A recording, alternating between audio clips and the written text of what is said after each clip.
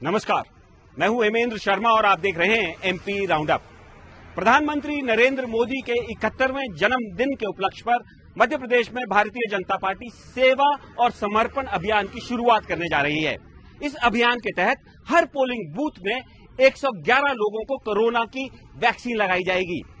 प्रदेश भर में 1070 नमो उद्यान बनाए जाएंगे और हर उद्यान में 71 पेड़ भी लगाए जाएंगे।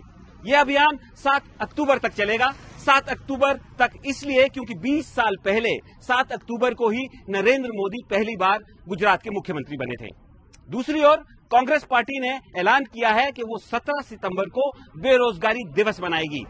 17 तारीख को युवक कांग्रेस के लोग बेरोजगारों के साथ हर जिले में कलेक्ट्रेट जाएंगे और वहां सरकारी नौकरी की मांग करेंगे।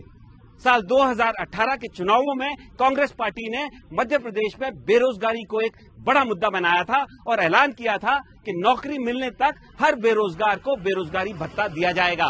कांग्रेस की सरकार भी बनी, 15 महीने के अंदर गिर भी गई, लेकिन किसी को एक भी रुपया बेरोजगारी भत्ता नहीं दिया गया।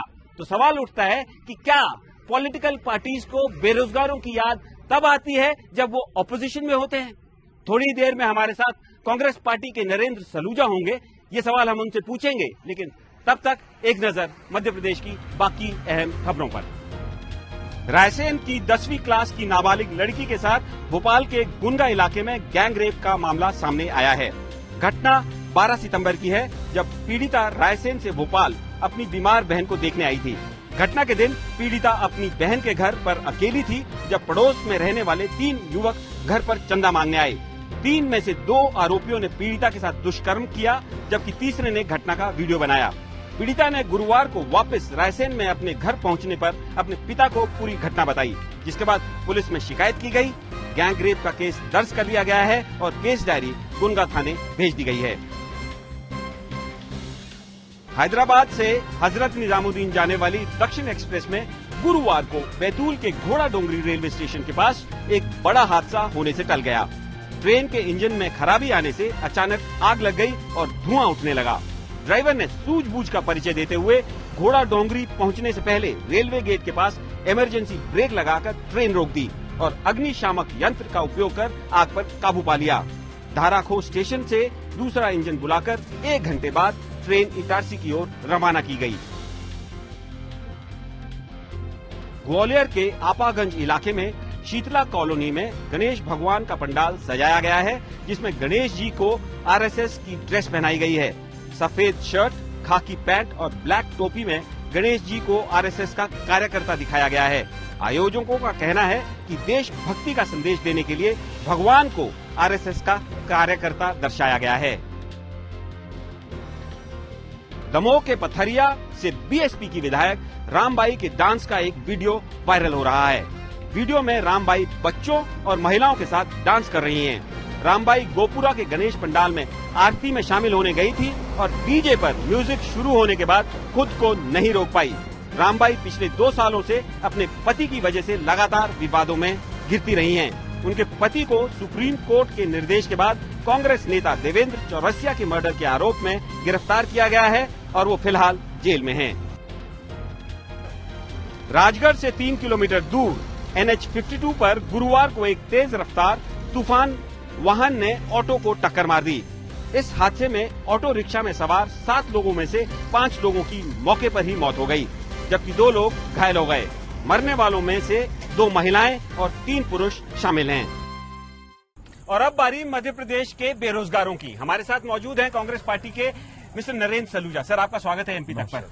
सर, आप 17 सितंबर को प्रधानमंत्री के जन्म दिवस पर आपने ऐलान किया है कि बेरोजगारी दिवस मनाएंगे, हर जिले में कलेक्ट्रेट पे जाएंगे और नौकरी मांगेंगे। तो प्रधानमंत्री के जन्म दिवस पर क्या बेरोजगारी दिवस मनाना ये उचित निर्णय है? जो मोदी जी जब सरकार में आए थे तो उन्होंने वादा किया था कि 2 करोड़ रोजगार प्रतिवर्ष देंगे। आज मध्य प्रदेश की बात करें तो यहाँ अभी जो हाल ही में आंकड़ा आया 30 लाख बेरोजगारों का आंकड़ा सामने आ चुका है। आप देखें कि प्रतिदिन रोजगार को लेकर यहाँ युवा आंदोलन करते हैं, उन पर लठ बरसाए जाते हैं। अभी पिछले दिनों युवाओं ने आंदोलन किया तो उन पर लठ बरसाए गए। चयनित शिक्षक जिनकी ज्वाइनिंग का उन्हें लेटर मिल चुका है, 3 साल से प्रतीक्षा कर रहे हैं 30,000, उनको भी पिछली बार आए तो उन पर मुकदमे दर्ज हुए, वो राखी लेके मुख्यमंत्री से मिलने आए। तो आज सबसे बड़ा यदि देश में प्रदेश में कोई मुद्दा है तो वो रोजगार का है। तो युवक कांग्रेस और कांग्रेस ने निर्णय लिया कि देश भर में बेरोजगार दिवस के रूप में मनाएंगे।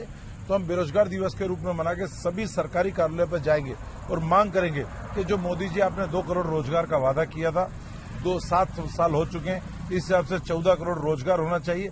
लेकिन यहाँ तो लाखों रोजगार छीन चुके हैं, यहाँ तो लोगों की नौकरियां तबाह हो चुकी है। 2018 में आप 2 करोड़ रोजगार की बात प्रधानमंत्री नरेंद्र मोदी के वादे की कर रहे हैं, लेकिन आपने भी 2018 में रोजगार उपलब्ध करवाने के वादे किए थे और कहा था कि बेरोजगारों को बेरोजगारी भत्ता दिया जाएगा। 15 महीने की सरकार में आपने कितना भत्ता दिया? बहुत अच्छा सवाल है। हमने वादा किया था, हमारी सरकार कितने माह चली? 15 महीने। हमारा वादा 5 साल का था। हमने अपने घोषणा पत्र, जिसे हमने वचन पत्र का नाम दिया था, उसके अंदर किया था। लेकिन हमारी सरकार चली कहाँ? 11.5 महीने तो सरकार चली, लोकसभा चुनाव आ गया, आचार संहिता लग गई, और जब हम वादे को पूरे करने वाले थे उसके पहले हमारी सरकार गिरा दी गई। और शायद इसीलिए गिरा दी गई कि ये रोजगार चाहते नहीं थे युवाओं को मिले, इसलिए हमारी सरकार गिरा दी गई। सर, आखिरी सवाल मेरा आपसे है, क्योंकि आप कह रहे हैं कि आपकी सरकार नहीं थी और जब आप ऑपोजिशन में हैं तो आप फिर से बेरोजगारी का मुद्दा उठा रहे हैं। तो मेरा इस सवाल ये है आपसे भी और तमाम, अगर दूसरी पार्टी जब बीजेपी ऑपोजिशन में रहती है उनसे भी यही सवाल है कि क्या पॉलिटिकल पार्टीज को बेरोजगारों की याद सिर्फ तब आती है जब वो ऑपोजिशन में होते हैं? देखिए, हम तो इसे राजनीति का विषय नहीं बनाना चाहते। आप देखिए, हमने अपने वचन पत्र में शामिल किया था कि हम युवाओं को रोजगार देंगे, और कमलनाथ जी ने अपनी सरकार में जितने भी निवेश आता है मध्य प्रदेश में उद्योगों के लिए अपनी उद्योग नीति में परिवर्तन किया था। 70% स्थानीय युवाओं को रोजगार देना कंपलसरी किया था। यह निर्णय हमने किया था। हमारा चुनाव उस समय नहीं था, लेकिन हमने जो वादा निभाया। हमारी सरकार आती तो हमने भत्ता देने का बोला था, हमारी सरकार रहती तो वो भी देते। रोजगार को लेकर लगातार कमलनाथ जी काम कर रहे थे। अभी भी हम कह रहे हैं कि हमारी सरकार दोबारा आई 2023 में, तो हम बेरोजगारी दूर करने के लिए कदम उठाएंगे, रोजगार देने के काम करेंगे, और वही बेरोजगारी भत्ते का वादा वापस अपने घोषणा पत्र में शामिल करेंगे और करके और दे के दिखाएंगे। तो कांग्रेस पार्टी का कहना है कि वो रोजगार के मुद्दे पे राजनीति नहीं करना चाहती। 2023 में अगर कांग्रेस पार्टी की फिर सरकार बनती है तो बेरोजगारों को बेरोजगारी भत्ता दिया जाएगा। अगर सरकार टिकेगी, बनेगी और टिकेगी तो बेरोजगारी भत्ता दिया जाएगा। फिलहाल एमपी राउंड अप में इतना ही। कल फिर मुलाकात होगी, तब तक के लिए थैंक यू, गुड बाय।